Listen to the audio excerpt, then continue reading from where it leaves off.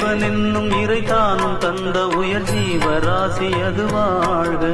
தேவன் பிள்ளை என பூமி மீது வந்த ஜீவன் என்றுமே வாழ்க. ராமலிங்கம் உயர் ஞானலிங்கம் அருள் ஜோதி வாழ்கவே. தேகம் எங்கும் உயிர் போல வாழும் மொழி ஜீவன் வாழ்கவே. நீதி நெறியில் நின்று ஞான நிலையை தந்த வள்ளலார் வாழ்கவே. உயிர் துளி போலொரு அதிசயம்